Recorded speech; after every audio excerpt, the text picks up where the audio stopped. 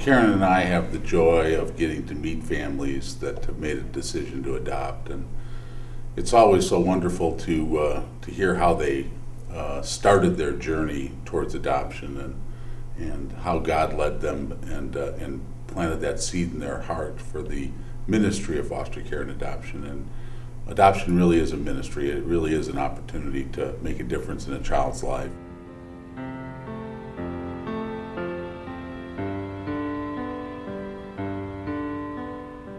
We love to hear the stories from families that how they ended up in the adoption process.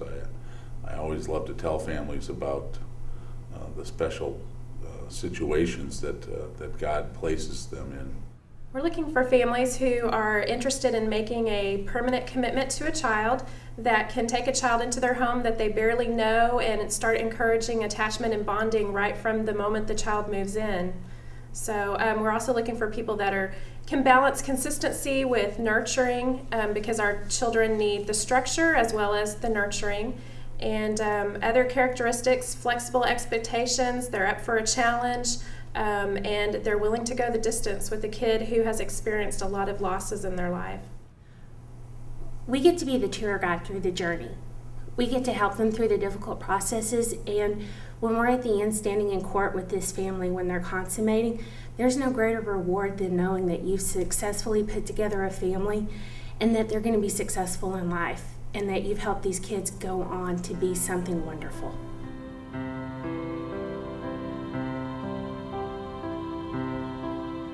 So many different reasons why families come to Covenant Kids. Some because of fertility issues, some because they want to add to their family, some because they have friends or other family members that have adopted.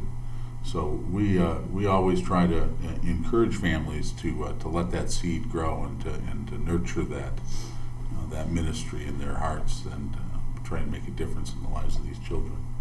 When we first started, we thought we would probably adopt 2 or 3. That was kind of what we thought, and then we thought, no, we have enough room, we have enough love, we have enough. Well, I thought we had enough time until we have 6. We never have enough time, but you don't have enough time for one. Right. There's never enough time. So you just do what you have to do. Man, it was a shot in the arm for us, and it was something we knew we really wanted to be close to, and we enjoy every class we come to, and that was normally it was something you didn't look forward to when you had training this or training that, and being with quality good people. It's all the time, and it's just wonderful, and you're not afraid to.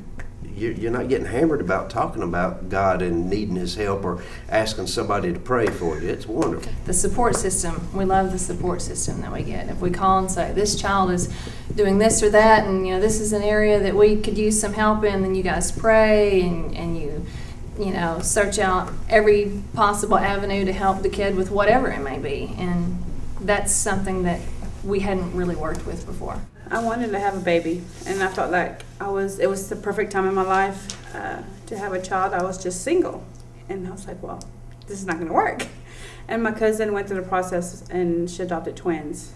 And then I talked to her about it, if I even had a chance to be able to get a baby since I was single. And she's like, I think you can. I think there was people that did it whenever they went through it. So I looked into it, came through you guys like she did. So many people have had fertility problems and struggle to have kids, and I always can tell them, I know a great place that you can go. Covenant Kids.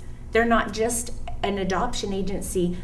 You guys have become our family, and it's just our caseworkers. They come to birthday parties. It's just amazing how they have supported us through everything we've been through, and they can rejoice with us. It's amazing. From the very beginning, we knew he was available to adopt. And after a while, excuse me, it just didn't seem like there's any place else for him to go in our heart and our mind. We couldn't see him leaving our house. And that's kind of what brought us to the point, well, if he's not leaving our house, well then we've been talking about adoption anyway, maybe this is the one we need to adopt.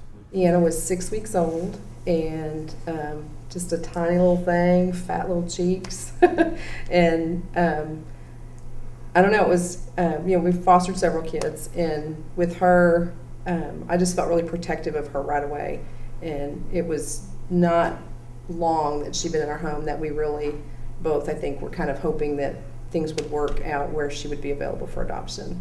And I think we had her about 6 months when we realized she would be available for adoption. And it was almost a year. The whole process took almost a year, a little less than a year. When we looked at this organization, it was definitely, from the very beginning of the training that we had, that first orientation session, it was evident that one, it was a Christian organization, a Christian group that really meant a lot of hearing the kind of support that we would have through the process without even knowing anything about it, and then just seeing how everything was presented that evening was very impressive, and it really resonated in our heart. And I think the Lord said, this is where I want you to be, and of course that's evident how it worked out. I've got children that they're mine. They're not adopted children. They were adopted at one time, and now they're mine. And prayerfully, we will have others.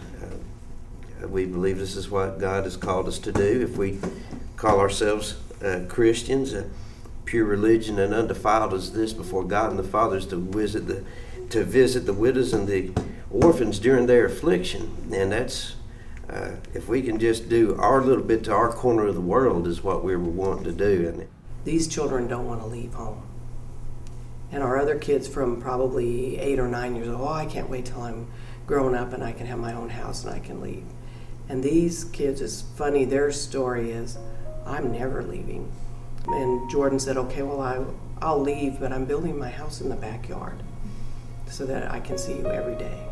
So I think when you search a long time for a family, you stay.